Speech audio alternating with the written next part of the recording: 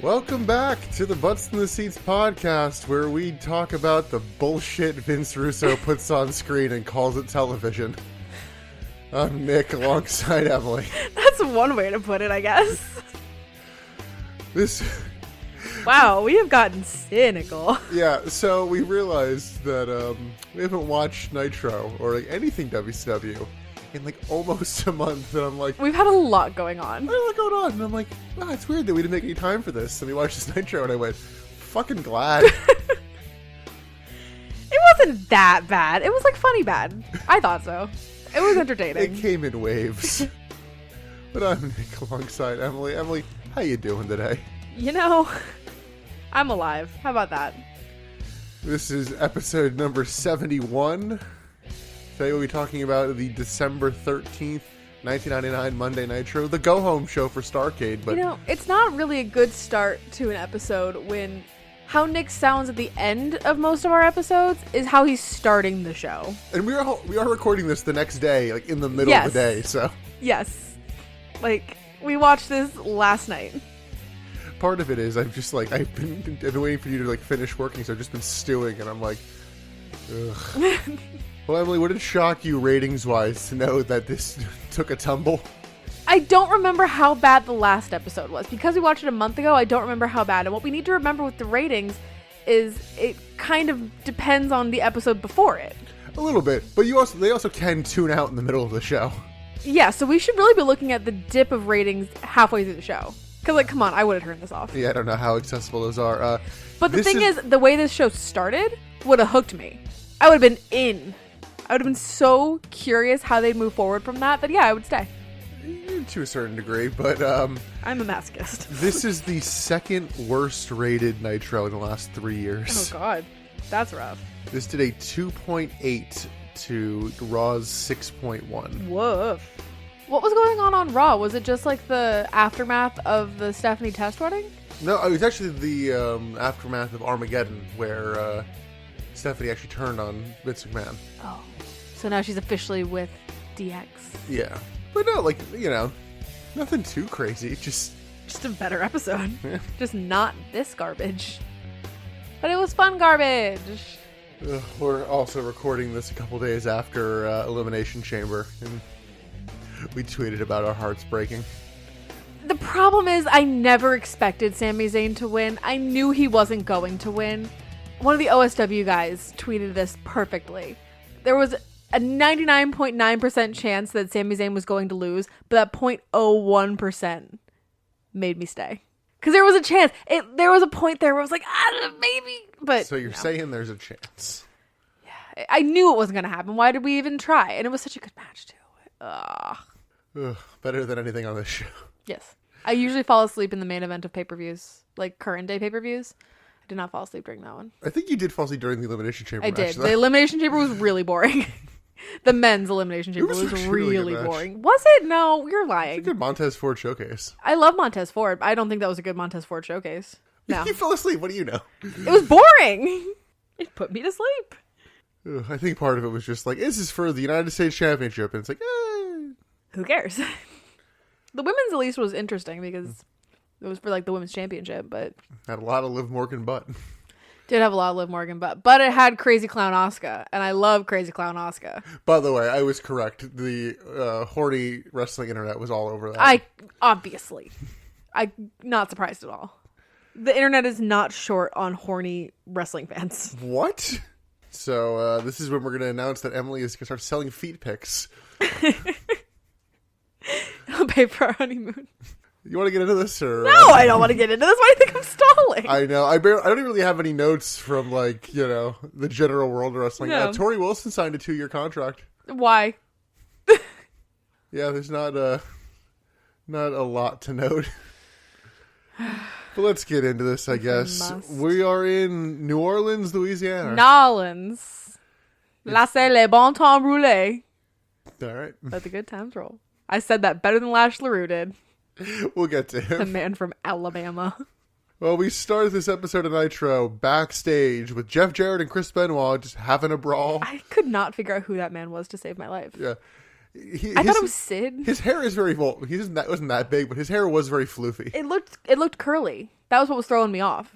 This brawl ends with Chris Benoit throwing Jeff Jarrett into a pile of boxes. Why is there always a stack of empty cardboard boxes backstage? I don't know. Always. And someone always gets thrown into them.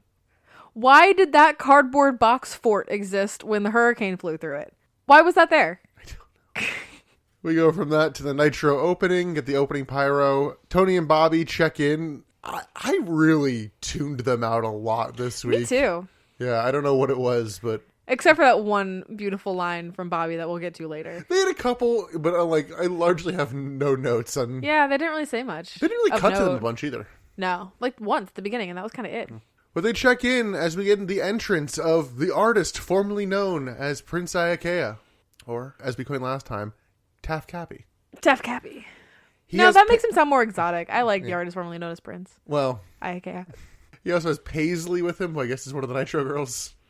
I don't even know. Is it a Nitro girl or is that just a new woman? Because the other girl that comes out, that's not a Nitro girl. No, but she wasn't to begin with. That's Ryan Shamrock. But this is a real sexual gimmick for Prince Iakea. Yeah, and you were convinced his facial hair was drawn on. I am like, I did not go back and look, but the way that it was presented, it looked like someone had eyeshadowed in his beard. It didn't look like a real beard. It didn't look like he had hair. It just looked like chalk. So after that, we get the entrance for the Maestro, and I'm like, are you in this match? Because we just cut to him bizarre, seemingly somewhere, and then we see the platform is being lowered, and I'm like... A did not connect to B for either of us at first. Because we saw him what looked like backstage on the piano, and then we saw a platform lowering in the ring, and it didn't look like the platform was where he was backstage. So we're just like, what the fuck is happening? And then we put two and two together. The real question is, how does this relate to Sid? It doesn't. I concede, okay?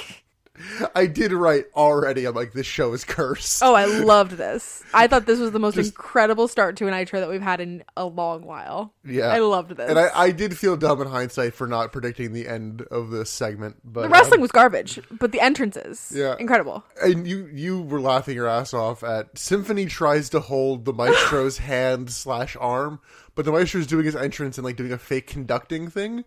So his arms are moving, and Symphony's just like...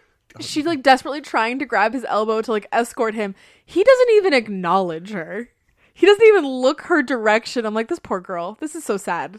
I felt really bad for Paisley. Or not Paisley, Symphony. Paisley too. And if this show wasn't cursed enough, the first part of this match is just miscommunication. Until the show opens, I'm like, great. We do get a random double-A spine buster from the Maestro, and I'm like, okay.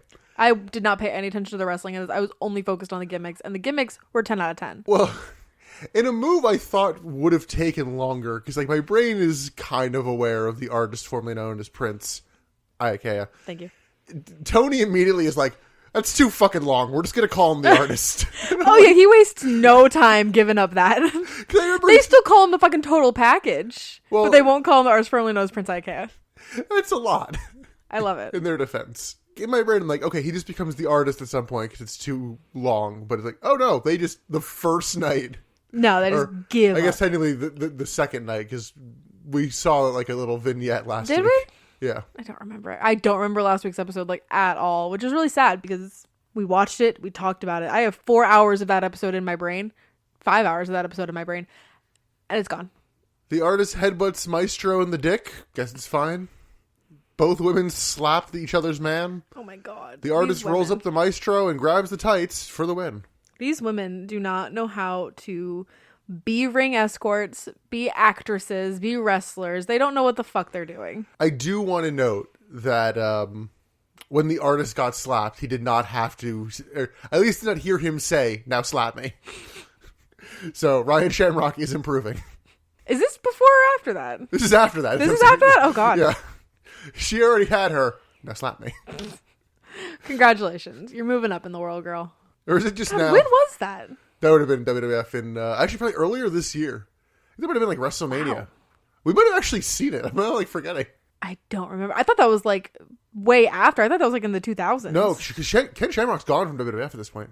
Oh shit. My timeline is all fucked. Yeah. So in ending that I really should have seen coming, because this was all about music.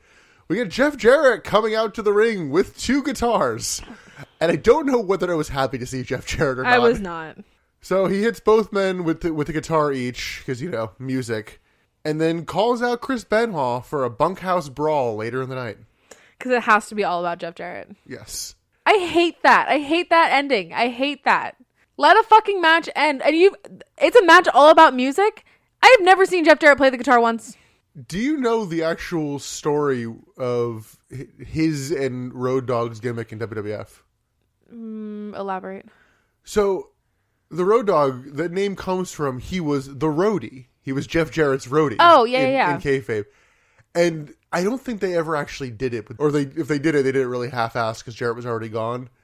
They were going to do a story where Jarrett couldn't actually sing, and it was Road Dogg doing cute. the one who did the song, and Jarrett was just going out just like lip syncing. I like that. That's cute. Going full Ashley Simpson. So anyway, Jarrett challenges Benoit to a bunkhouse brawl, which within 40 seconds we have a graphic for, so I guess that match is going to happen. Like, it did seem like hey, you should accept this challenge. But then no, they have really no. good graphic designers. Yeah. They're on their shit. So yeah, they're actually like doing these graphics of listing out matches. The Thunder after this also had these similar graphics. So just like someone found Microsoft Movie Maker. Sorry, Windows Movie Maker. Windows Movie Maker, please. So we have a couple matches advertised for tonight. It is going to be Tank Abbott versus Meng. Remember Tank Abbott? I remembered his name, but I did not remember what that man looked like. Yeah. I don't remember why he left either.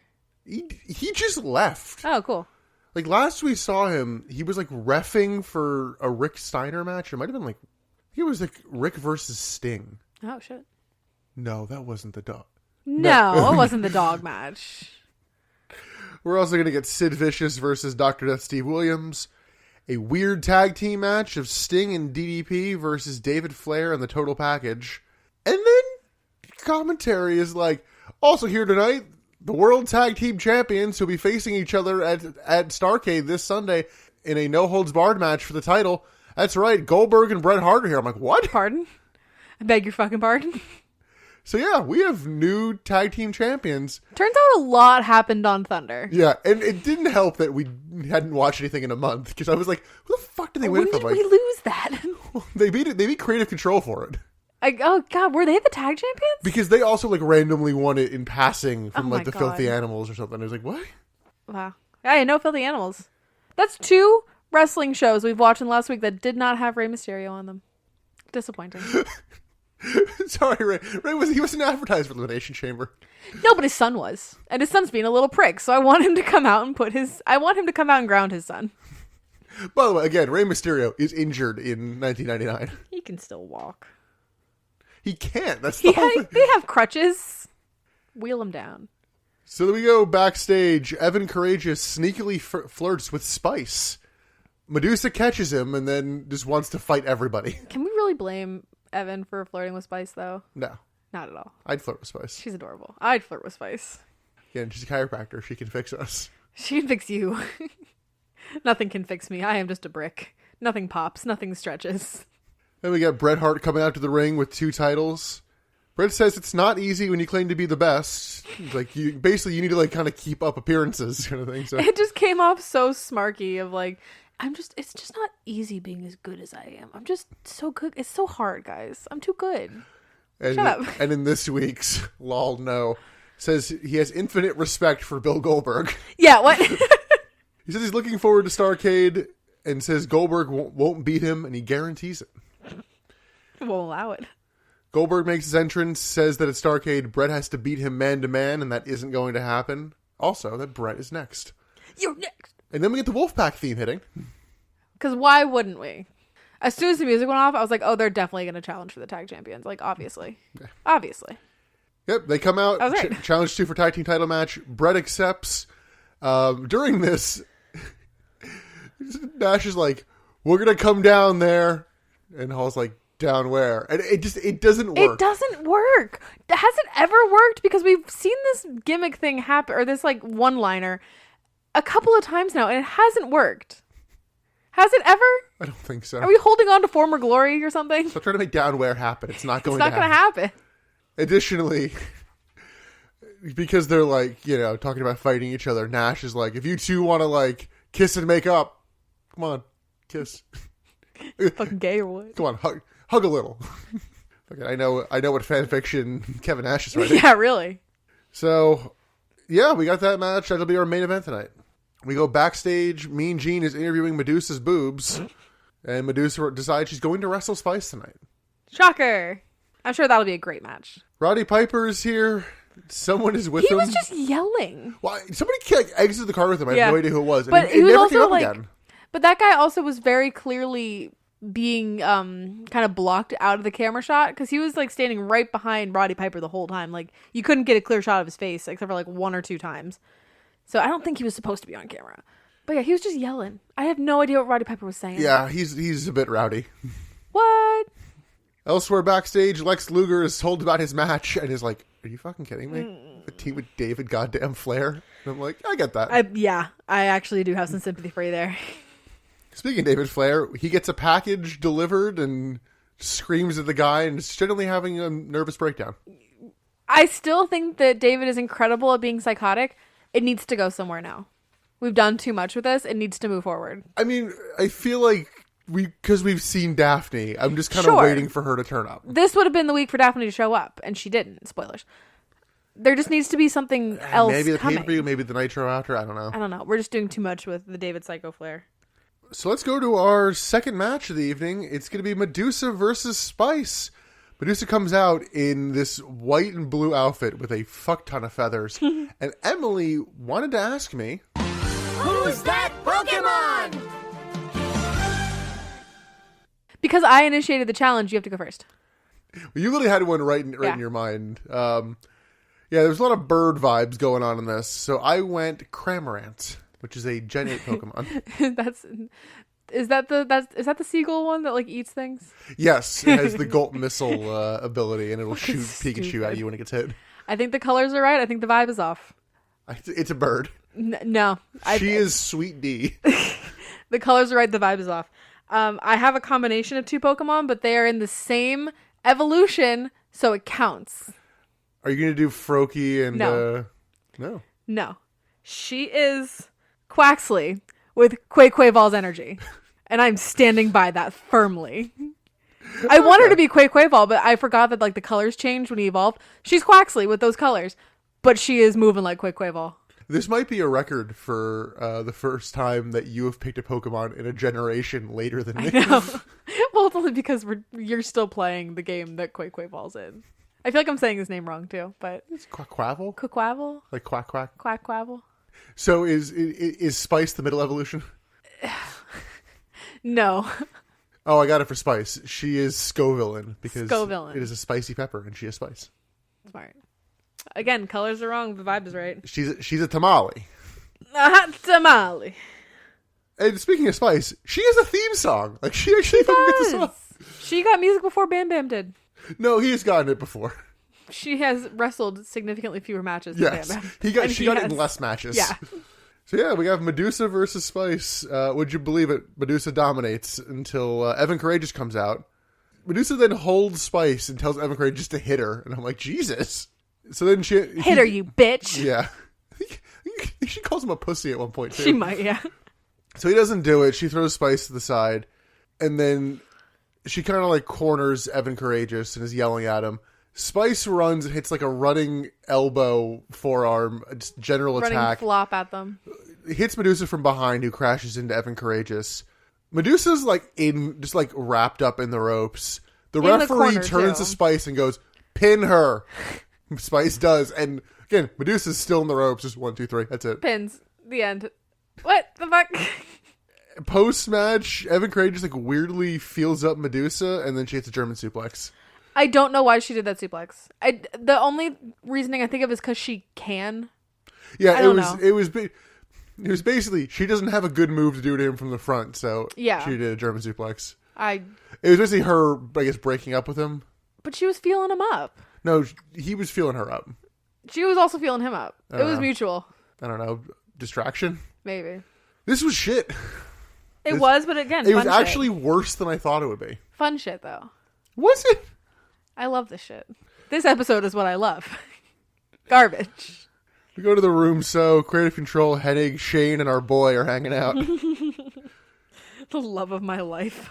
The chairman. Rhonda Singh comes in, and Russo says that she's below him. He'll only talk to her agent, and then he tells Shane to go get Roddy Piper.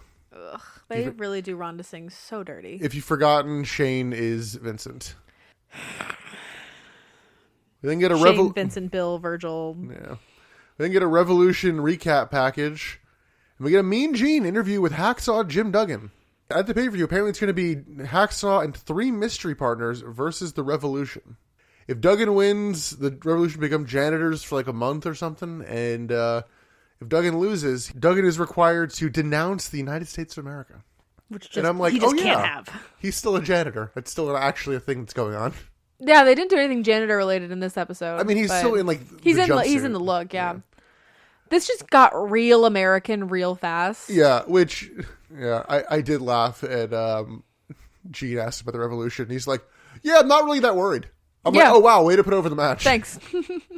Thanks for the vote of confidence. He's like, I'm not worried about that, but what I am worried about is this lack of respect for this country. Yeah. And rah America gets fired up about his cancer and the Let troops. freedom rang. And I decided against it, but I really wanted to splice in It's Always Sunny's. I don't give a shit about the troops. America. Then the lighting starts to strobe, and then This was weird.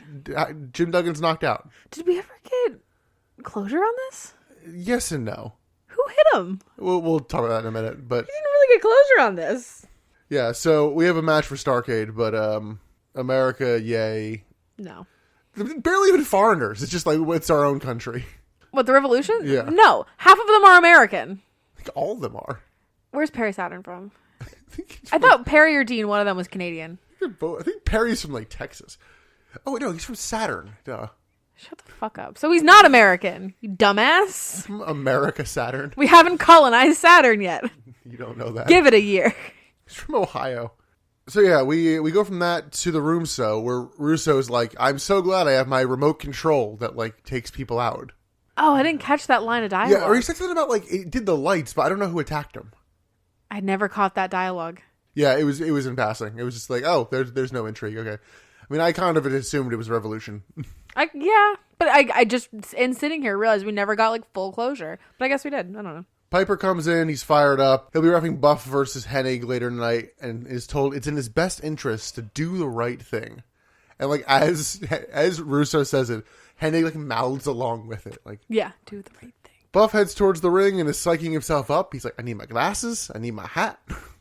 And he's being so wholesome and fun here. And Nick's just like, I fucking hate this guy. Yeah, fuck him. Like, why? What did he do in this scene? Lex is looking for David and is getting annoyed that he can't find him. Then we go to Kurt Hennig versus Buff Bagwell with the special guest referee, Roddy Piper. Tony Schiavone on commentary notes that the referees walked out last week, and I'm like, oh, yeah. So much for that. Yep. Well, anyway. Piper decides that the match is now no DQ. However, he is going to enforce it like there is a DQ. That doesn't make any sense. Buff mugs for the camera, then does his strut twice early on. Buff hits a scoop slam, but only gets a 2. Then we get Buzzkill coming out with a sign that says, save the baby seals. Which, Bobby Heenan has a line. It's like, you're telling me children are serving in the military? There are children in the Navy? I just realized nothing happens with Buzzkill. I know. I noticed that like at the end of the episode. I'm like, Buzzkill just kind of was there, but like not even really. The 2 brawl as Piper gets on Hennig's case. We had a neck snap from Hennig, and he goes for the pin, but Piper counts at a snail's pace. And there's a spot where Hennig is like punching Buff in the ropes, and Piper goes to like, separate the two. And I don't know whether he aggravates it or injures it here, but by the end of the show, Roddy Piper is confirmed to have a torn bicep. And it really looks like here, he goes to like lift his arm, and he's like, oh, fuck. We even like went back and looked, and we thought we saw where he might have done it, but it didn't look like that bad. Yeah, I think it was just a fluke movement. I don't know, but... Maybe he just like flailed a little too hard and pulled it. It didn't look like he got hit or anything. Yeah, it was weird. But he's definitely like the one arm is definitely hanging down. Yeah, it's very obvious. And it was like, already like in a sleeve. That's why I'm thinking maybe he like aggravated it. Maybe he like started it. Buff starts a comeback, including a swinging neck breaker, but Hennig gets his knees up on a splash. Hennig gets in Piper's face, so Piper punches Hennig, and then does a fast count for Buff, and Buff gets the win. I don't know why that always looks so rough when someone gets their knees up in a splash. Like, that hurts me to watch. At least it was like It's a jumping so simple. splash, not a diving splash. Yeah. But it's such a simple move, but it's like, ugh, ow. Knees in my ribs. Creative Control come out at the ramp and just look generally displeased. They don't really do They're anything. just staring menacingly. Yep. This wasn't enough of a match to comment on the quality. No, it was fine. It happened. We go backstage. Lex finds David's locker room, and he hears him talking about something, but I couldn't hear a word of this. I think it was just him being crazy to himself. But then Lex Luger was saying something. I think Lex's other thing was just like, oh, this fucking kid. Huh? I don't know. But yeah, audio was awful. Yes. We then get Jeff Jarrett heading towards the ring with a trash bin full of weapons, which we never see again. You are correct. Benoit has a ladder with him and is in jeans. So they both come down with their weapons of choice. We do see the ladder again, at least. Yes. So our next match is Jeff Jarrett versus Chris Benoit in a bunkhouse brawl. Jarrett comes out with a guitar, which is pretty standard, but he also has a bar stool, which can't fit between the ropes, and a rope with like a cowbell on the end. Need more cowbell. Jarrett hits Benoit with a stool mid-entrance, and then the two brawl near the stage. Jarrett chokes Benoit with the rope and goes to hit him with the cowbell. Benoit ducks it and then chokes Jeff Jarrett with the rope a few times, and we just made us an injury uncomfy. that's really lovely. In the ring, Benoit hits a backbreaker, and they try some sloppiness with the rope. It's some weird miscommunication, just like, now you, no, now you. Benoit goes for the ladder, but Jarrett baseball slides it into him. Benoit gets thrown into the ladder, but counters a second attempt, and then Jarrett is thrown into it a second time. Benoit sets the ladder up, but Jarrett trips him. They brawl on the ladder a bit, and there's a spot where Jarrett's about to throw Benoit off the ladder using the rope, but the rope is out of position, so like Benoit has to like wrap it around himself to do this spot properly. And the audience caught that. Yeah. Because the audience turned on this match after that. It went from cheers to boos as soon as... Because it was obvious. You could see Benoit's arm, like, adjusting the rope. It was not clever. So Benoit gets thrown off. Dustin Rhodes runs in, hits shake, rattle, dick, grab, and roll. Oh, Jesus. Jesus, he really was going at it. Oh, my God. He goes for Shattered Dreams, but for some reason Charles Robinson is like, no. I know this is a bunkhouse brawl, but you're not allowed to do that. Yeah, this is a whole thing is no DQ, and Charles Robinson's like, no, I'm involved now. So Dustin sets Charles Robinson up for Shattered Dreams, and then there's a weird spot, we had to watch this twice, where Jarrett hits Dustin with the guitar, but in the middle of the swing, Dustin turns and goes to kick Jarrett in the balls, and they simultaneously connect, because... It was good. Yeah, because Jarrett hits the guitar shot, and then he goes down, and we're like, what the fuck happened? And it had to be the replay that showed us, like, what happened. Then we get Benoit climbing the ladder, which is so fucking rickety. Oh, my God. Oh, He goes my all the way to the God. top, and it looks like he's going to go for, diving headbutt, but then both the other two men get up. I think what's supposed to happen, because this got super sloppy, is Jarrett pushes Dustin Rhodes into the ladder, and Benoit falls to the ground. It's pretty much what happens, Yeah. but Dustin doesn't push the ladder enough, so Benoit just kind of tumbles off, and it looks so fucking He falls rough. hard. Or at least it looks like he falls hard. I really can't tell if he actually fell hard or if he's just selling well. Yeah. And that's the problem with Chris Benoit, is because he's good at both of those things, falling hard and selling it. Jarrett gets the pin and wins, and yeah, this was This is actually a match. Like, this actually... It was. It something to could have been comment better. on. Just the ending scared the shit out of me, and that's all I can think of. Yeah, and... And the imagery of the rope. They didn't know it was before, okay? Everything's fine. Everything's not fine, but you know what I mean.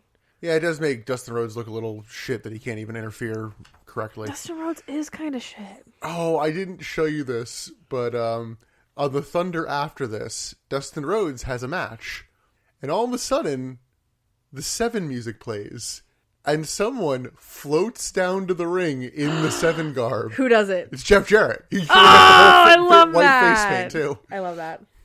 Well, he floats most of the way, then the lights go out, and then they're out for like a full fucking minute. Because he's trying to get off the ring and run to the ring. And then they get back, and then the lights come back up, and Jarrett's there with a guitar, and I'm like, wait, Jeff Jarrett wearing a long trench coat and a black hat holding a guitar. I've seen this. Wait. I think I've seen this film before. Might be the only match that I could call a match on the card. Yeah. I guess yeah. Oh, that's sad. We go backstage. David Flair is cuddling a headless teddy bear. Lex has no fucking clue what to do. What would you do? I wouldn't know what to do in that situation. Lex is like, hey, so, our tag match, we usually like to talk strategy beforehand. So, like, you want to start? I can start. Anything? All right. Outside, a nice car arrives. I didn't mark what it was. Apparently somebody said it was a Porsche. I don't know what that actually was. It was a Roadster. I don't know what kind of brand that is. Yeah. I wouldn't have said Porsche, but maybe. I don't know car cars. People. I don't know cars. We go to the room, so Piper and Russo yell at each other. Piper has a baseball bat and is like threatening everybody. He manages to fight off La Parka, but Kurt Hennig hits him with a chair and everybody kind of beats him down. I do want to note, La Parka on Thunder after this, because he's a heel, he comes out in his full garb, but is now wearing sunglasses over the mask. God, I love that man. He's a fucking national treasure. We then go to our something match of the night. It's Tank Abbott versus Meng in a no-holds-barred match. Say that again? In a no-holds-barred match. So no holds barred means you cannot be DQ'd, correct? There are no holds that are barred. You cannot be counted out. You cannot be disqualified. Technically, it just says that no holds are barred. Tank Abbott comes out in some gym shorts. We haven't seen him in a while. I did not know who... If I didn't recognize the name, I would have had no idea who this guy was. They start off sloppy and stiff. Yep. Abbott takes down Meng to the floor and hits a few punches. And they're brawling up the ramp. Nick Patrick does not give a shit and just very casually counts them out. Yeah, what? Nick Patrick is some garbage. Like, he's not even looking at them. He's just like... Nick Patrick is bad at his job. I have not watched a match that he reffed and be like, wow, he's doing a good job. No, he is always the one that's doing the screwy finish, but he doesn't even do it for a story reason like Charles Robinson does. Well, he used to. But he doesn't anymore. He's not part of that anymore. He didn't have that much of a hold on the wrestling referee community the way that Charles Robinson did. Charles Robinson was so ingrained in the Ric Flair storyline. Nick Patrick was not. No, he used to be the NWO ref, is what I'm saying. Oh, well. Before our time. Then that doesn't matter. It didn't exist. I don't know it. Who's that? The NW who? To be fair, I should watch that documentary. Yeah. To be fair, he is the person who fucks up the Sting quick count at Starrcade 97 that we've talked about before. But again, that was before our time. Before our time, but yes. My point being, even screwy finishes he fucks up. Ah, see? He's bad at his job. So yeah, Abbott and Meng brawl to the back. We see more of this throughout the night. Chris Kanyon was the one who arrived in the fancy car. He's dressed like the Godfather. He has two ladies who join him, as well as a well-dressed, very kind of skinny black man. Very fancy. He is somebody formerly from WWF. I needed to kind of confirm this in the meantime. The character's name in WWF was Clarence Mason. Okay. He's meant to be like a Johnny Cochran-style lawyer. Oh. I like this gimmick better. I mean, this gimmick is kind of similar. It was just, he was the better. lawyer for the Nation of Domination at one point. Backstage, Piper is going to storm into the room, but like, I thought he got arrested here, but police just kind of generally escort him away. And it was confusing because he grabbed a fire extinguisher and tried to like break open a door, and then the police come up to him and Roddy Piper's trying to convince the police like, no, there's a fire. And the police are like, there's not a fire. You don't need that extinguisher. He's like, are you sure though? It was a lot of jawing back and forth. I swear some of these are pre-taped with Piper because he has more mobility in his arm than other times. Yeah, you might be right. Meng and Abbott are still fighting backstage. Then we get the Revolution coming out to the ring. Shane heals on America and the crowd and just kind of in general. Somebody's pointed out that he uses the word stinkin' too much. Stinkin'. But it's like, I think that's just his substitute word because he's from ECW. So he wants to say fucking? Yeah. Why you go with stinkin'? He found his word. We don't need your stinkin' jobs. Shane compares this Sunday at Starrcade to Vietnam. Yes, he does. Duggan's going to be ill-equipped and something. Ugh. Dean adds that America sucks, and then Perry Saturn goes to grab the mic from him, and there's this lame joke about, we have heat. Yeah, I know what the boys were saying. No, we have Harlem heat. We're facing them. Emily laughed at it. I thought it was fucking dumb. I thought it was funny. So it appears like it's going to be Harlem Heat versus Perry and Dean, but immediately the lights go out and Midnight's here. And it just seems to be a 6-person tag instead. Which, sure, I guess. Because originally, she's like hitting punches on Dean in the ring, and I'm like, ref's fine with this, okay? And then both of them get on the apron, I'm like, okay, I guess they're in the match. Booker and Stevie work over Dean. Booker goes over to like kind of clean house and opts to not hit Asia because he's still a face. Dean weirdly drops Booker onto the ropes. Like, I don't know what he was going for. Yeah, it looked like a botch, but it didn't look enough like a botch for me to call it out in the moment. I mean, it's one of those where he was going for like a back suplex, Yeah. but was too close to the corner. And I don't know what he could have been setting up with Perry Saturn. But Perry Saturn tags in and just... This match starts to go off the rails. I don't think Perry Saturn is sober for this match. He has a few random botches, and his eyes just quite aren't there. But he's also got his gimmick of being an idiot. So is he playing off of the gimmick of just being dumb?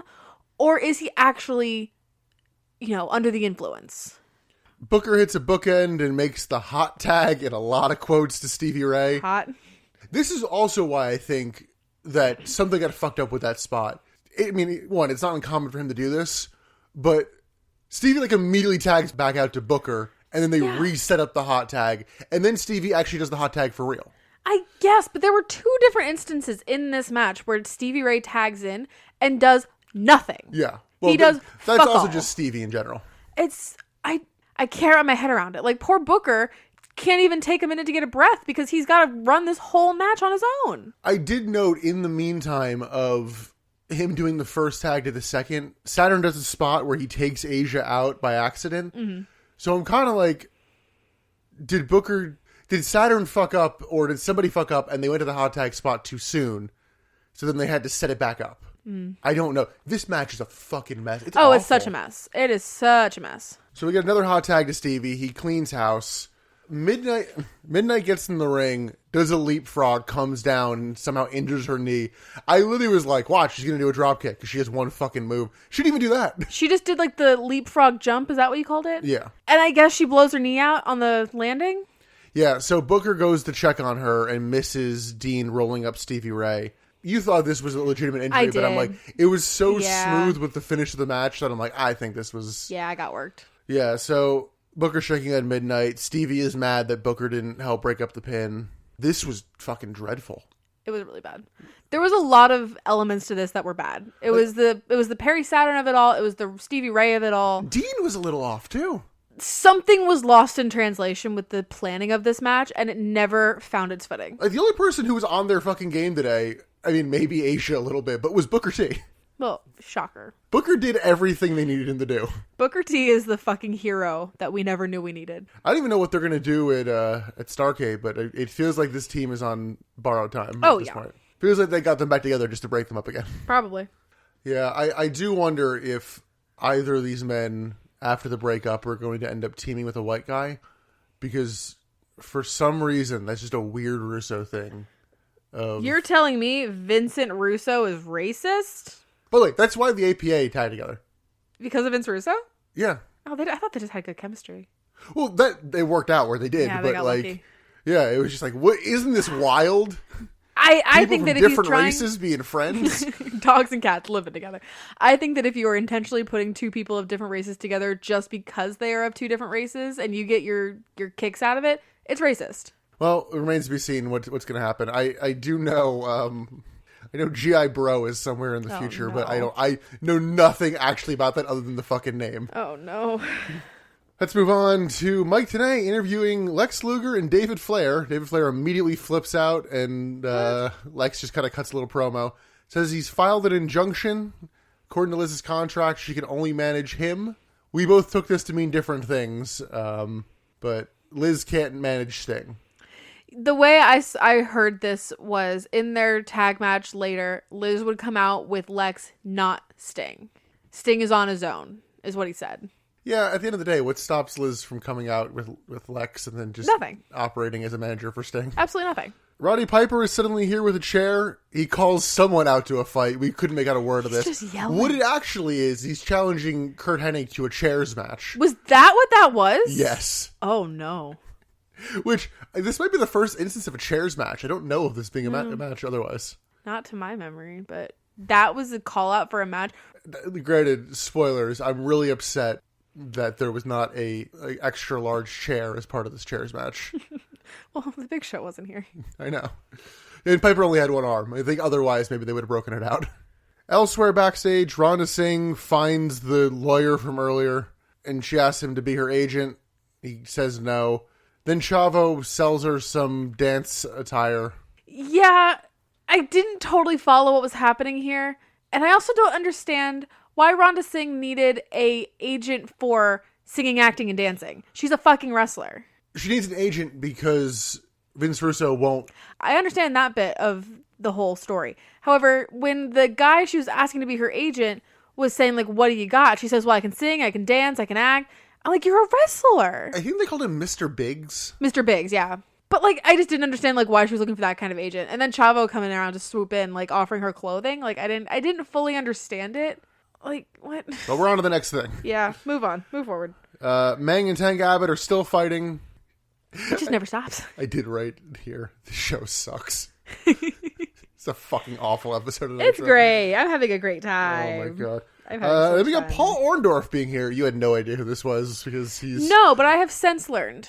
Yeah, he's very much before our time. Yes. Unfortunately, I learned about who he was in the same video that spoiled Sid for me. Oh, God, that's... Oh. Uh-huh. Yeah, so we'll talk about this for a second.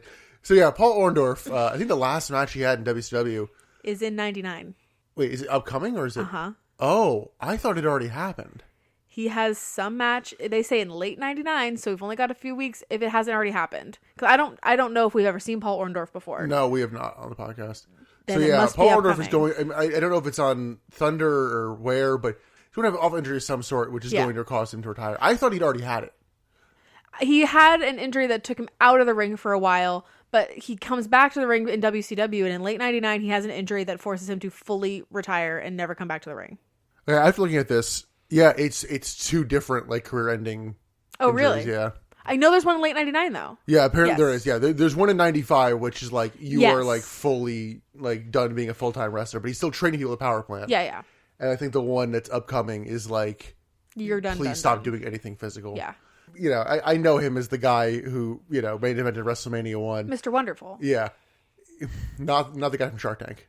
No, obviously not. Well, Kevin O'Leary is Mr. I Wonderful. don't want Shark Tank. God, he turned up on like a Hulk Hogan's birthday episode of Raw or something. Like he showed up for like that or like WrestleMania 30 or like a cameo appearance or two. Dude has a rockin' mustache now. Ooh. It's fucking great. Love that. Anyway, he's here. Powers to be want to see him. And then we get a rare occurrence. We get the Nitro Girls. Yeah, haven't seen the Nitro Girls dancing in the ring in a long time. We You know get- what else we haven't seen? Stacy dancing in the ring. Yeah, well, no, we saw her for the audition. As a Nitro Girl, I mean. Yeah, so it's Stacy and two of the other ones. I guess the other two heels. Rhonda Singh crashes the dance and upstages everybody. Of course it's for storyline. We can't just watch the girls dance. By the end, all three are just like jumping on her and trying to fight her, and she's still trying to dance. She's so big. Shut up. I didn't hate this. It was kind of hokey. Yeah. You just liked it because you like watching Stacy Keibler dance. No, I thought, you know, I don't know. It really wasn't about Stacy. It was just like, it was a bit of fun that like, it didn't immediately go off the rails. Like they were all still trying to like be the best. Yeah, no, and then you're it was right. just devolved into, no, fuck this, I'm jumping on What's it. happening? I thought it was a little bit of fun. It was a little bit fun. And so was our next segment. I love this. There was less grunting during the Nitro Girl You are segment correct. than this next segment. It is a lot less grunting. Because we go into the woods, and Finley is trying to train Brian Knobbs, making him do sit-ups in like the middle of a creek. And with Finley's accent, Brian Knobbs' yelling voice, in and Irish. the general grunts, just It was just grunting with an Irish accent. That was it.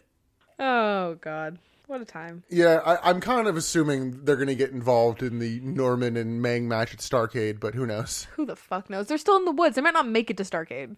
Again, I want a Blair Witch Project with Brian Knobbs and Finley. We then get Norman Smiley walking around and accidentally stumbles into the block. Hate the block. Yeah, the frame rate thing is still a thing. So I think it's here to stay. I think that is a feature of the block. He yelps as he gets beat Oh down. my God. He has a good scream, but it's a lot.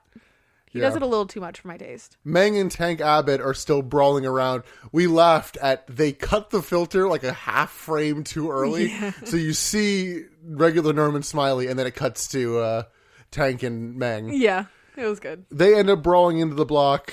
Norman goes to run but hits Meng first. Meng chases him. Tank Abbott and Jerry Flynn are still fighting. And we don't really get a resolution on that because they go to commercial. Nope. I hate the block. I really hate the block. Yeah. It's so nothing. It's a nothing way to use a nothing wrestler. That's kind of the thing. I'm like, I'm not against it per se, but you're not doing anything with it. We then go to the room cell. Paul Orndorff is fired for training Midnight, and he made her too good, apparently, because she's just being a pain in the ass to the powers that be. Paul basically says, no, I'm not fired. Yeah. It's like, oh, okay. No, fuck you, I'm So not fired. Russo books him against Creative Control in a handicap match for later.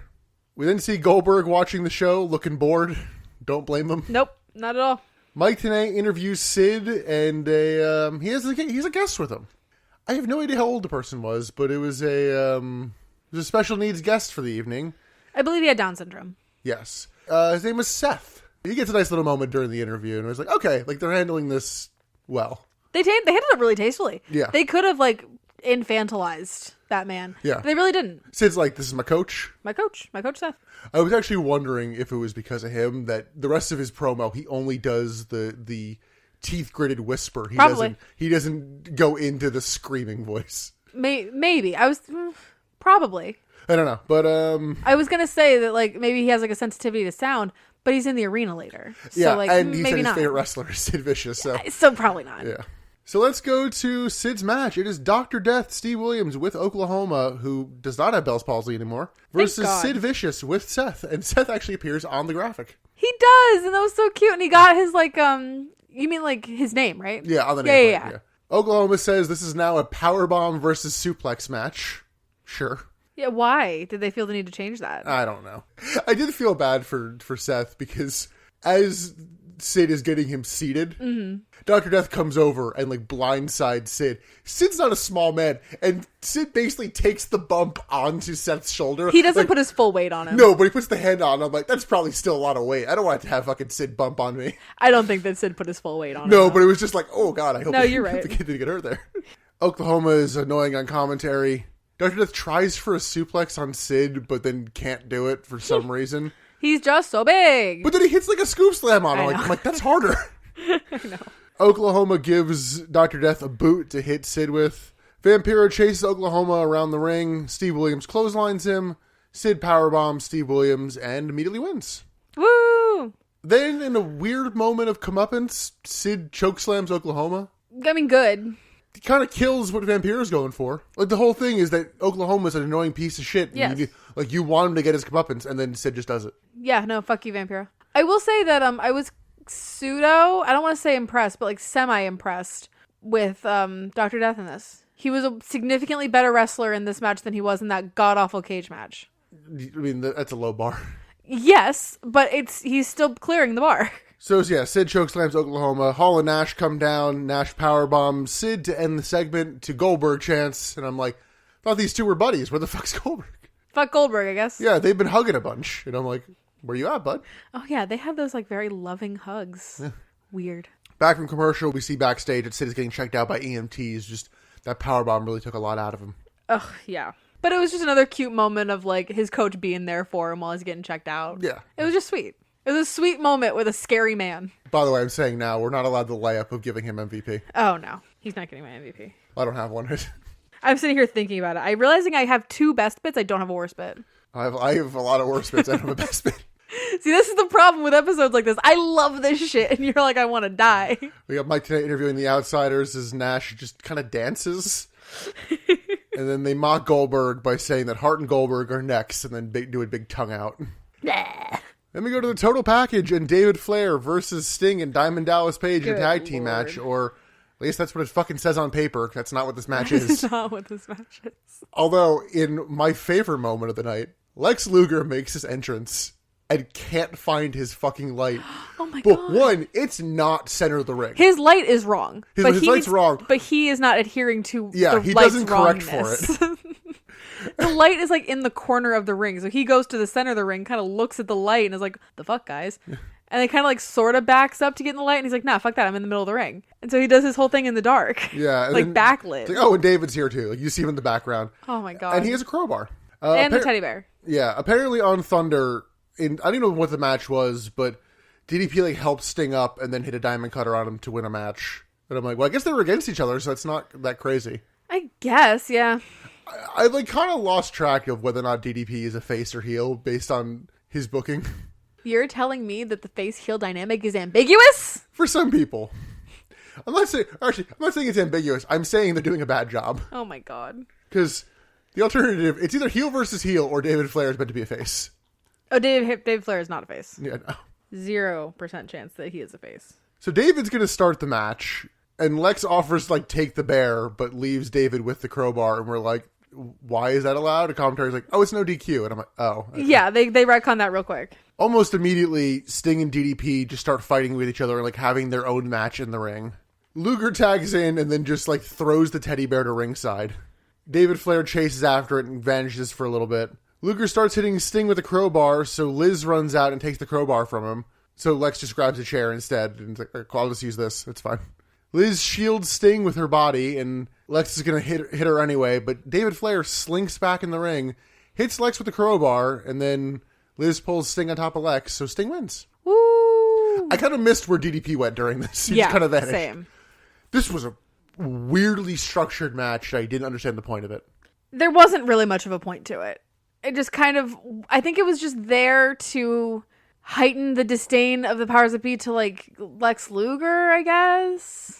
They didn't even really... I don't know, because, like, I don't really understand why Lex Luger was paired up with David in the first place. There was a really incredible shot of David Flair behind Lex Luger while, like, Lex is in the ring and David's on ringside, crawling into the ring with the crowbar, looking crazy. It's an amazing shot.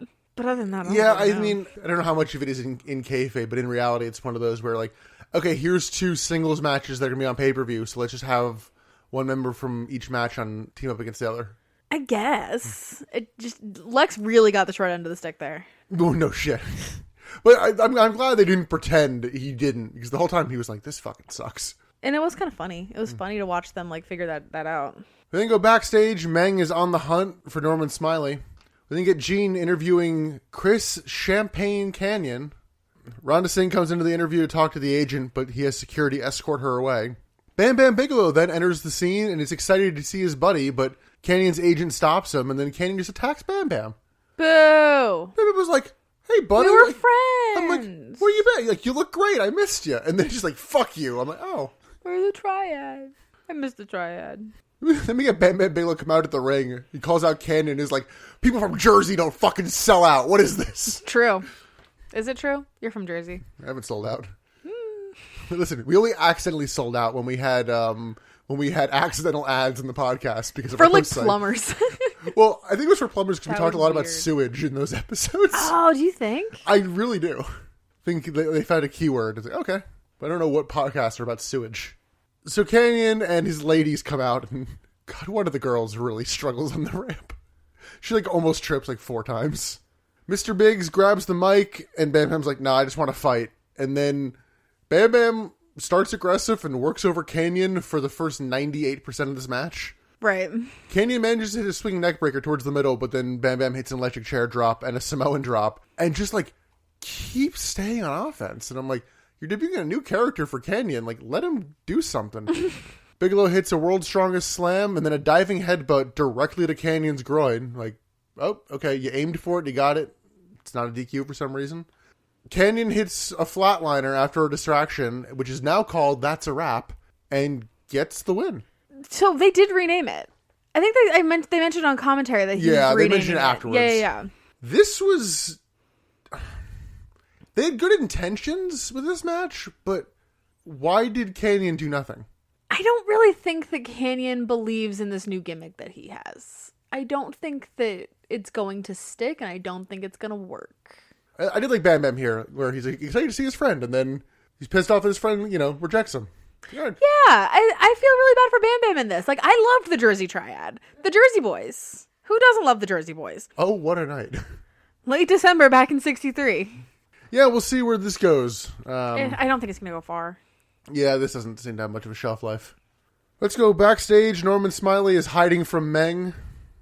And then the Goons are here. I forgot about them because we were so far into the episode. I'm like, what? I mean, that in that regard, yes, you're correct.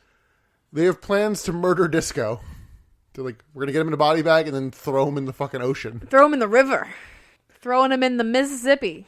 Piper still wants his chair match with Hennig, and he actually knows that he's a torn bicep here. And I'm like, oh, God.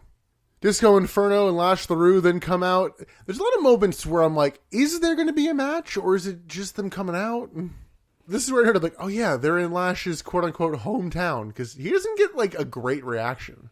And then he cuts his bad accent promo. Says they're going to do a Mardi Gras. I'm like, it's December. Yeah, that's the thing. He came out in Mardi Gras beads, and they even, like, commentary even noted, like, he's coming out with his Mardi Gras beads, and he's doing his whole New Orleans thing. It's December. Mardi Gras happens in February. You're so far off. You're so wrong. And he even does the whole, let's say le bon temps roulé, but he doesn't say it right. He messes it up, and then he's like, nobody in the crowd is cheering for him like they're a hometown hero. Like, no one gives a shit about Lash LaRue. And he's supposed to be the New Orleans guy. Yeah, as the rumor was coming out, I had no idea who was actually in this match. But It ends up being Lash LaRue versus Big Vito in a body bag match.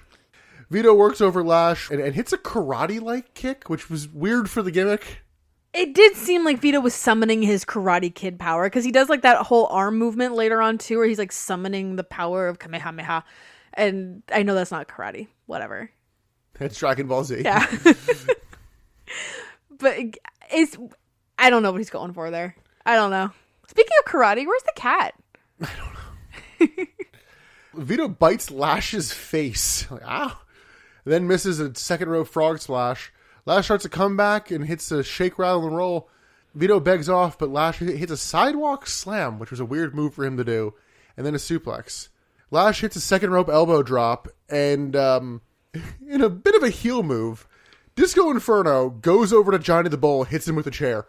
Johnny the Bull was, like, notably doing nothing in this match. Yeah. Was just standing in the bottom left of the screen, just like, I think he's a bit clueless. Yes. Like, Vito, knows what's going on Vito generally, tries. But yeah, Johnny the Bull, what the fuck? He is a little lost. He's a lost little bull. Lash hits his finisher Whiplash, but Vito kicks out at 1 because that's not how you win the match. Do it how I want it to be done. Lash then puts Vito in the body bag for about 8 years. Oh my God, it's so slow. He like, can't get the zipper.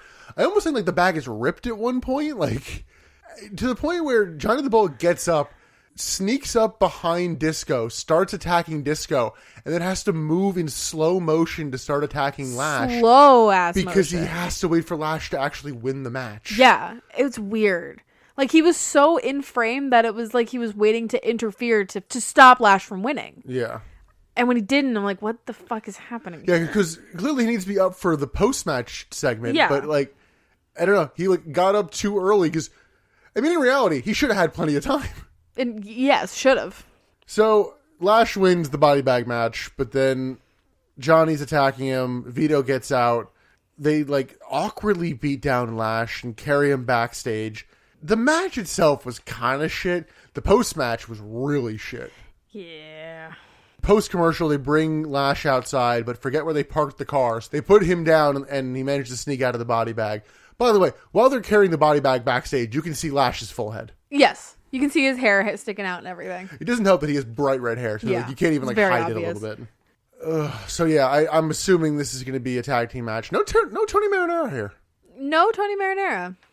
A lot of this seems like it's on life support. Like, I think really... I really like the Goons. I think that Tony Marinara is done. And I think that they're just going to turn the Goons into their own tag team. I think they're going to stop this whole feud with, what's his face? Disco. Disco. I still don't know why Lash is involved in this feud. I don't know why Lash is here either. I think that they have more momentum with the Goons than they ever had with Lash LaRue. Yeah.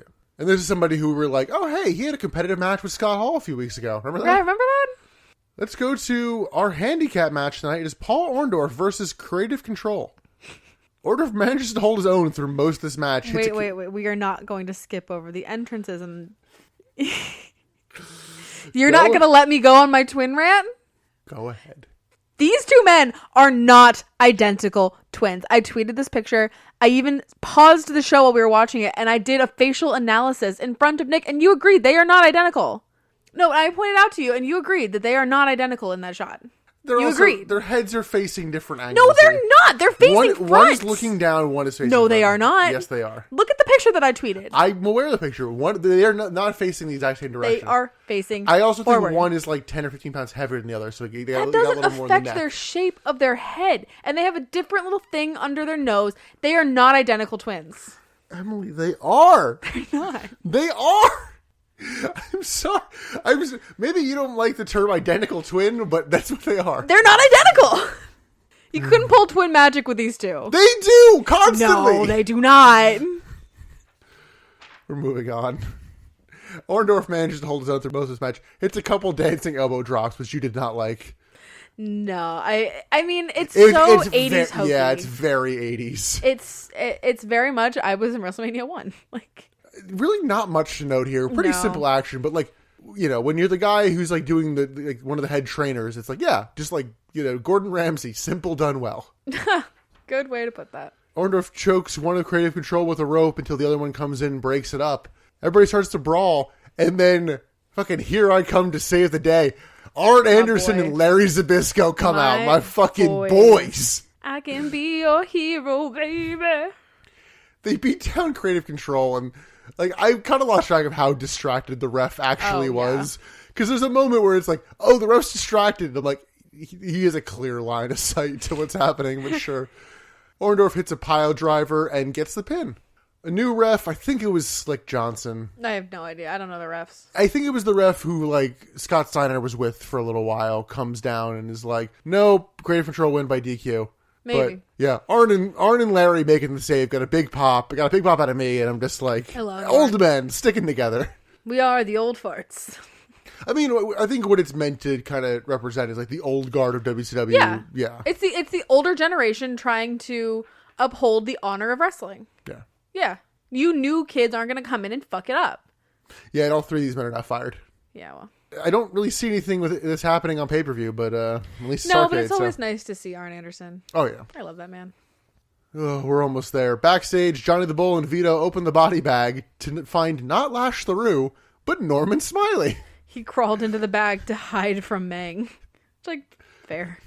I didn't like that, but also like, he almost got thrown into fucking river. He would have committed to the bit. Also, why would you unzip it? Yeah, I don't know. To like confirm that Lash is still there? I guess if you are going to murder somebody, make sure it's the right murder. I guess.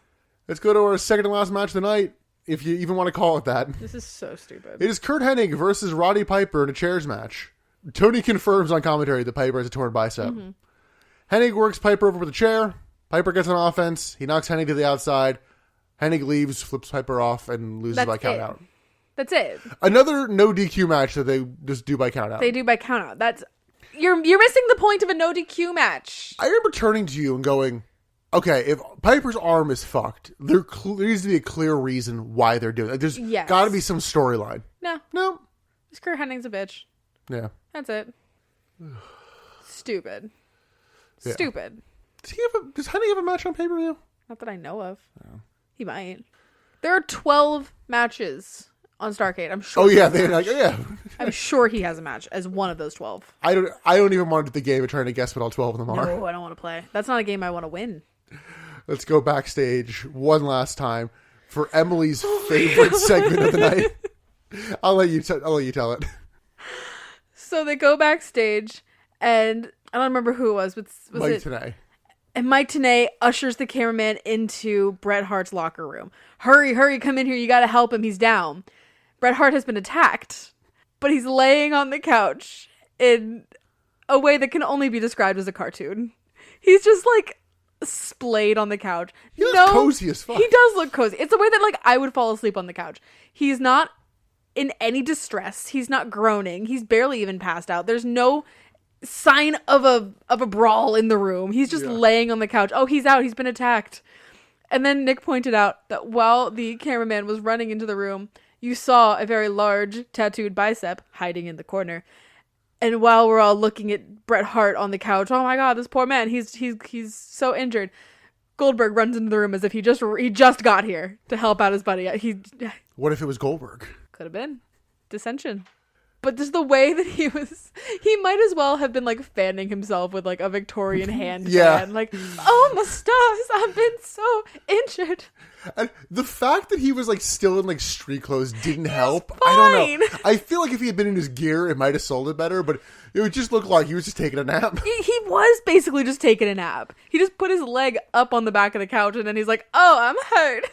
Oh my God. Yeah, so we go to commercial and we come back. It's time for our main event. It is the Outsiders versus the tag team champions, Goldberg and Bret Hart. And Emily, I need to surprise you with a Who's That Pokemon for the tag team champions. Who's that Pokemon?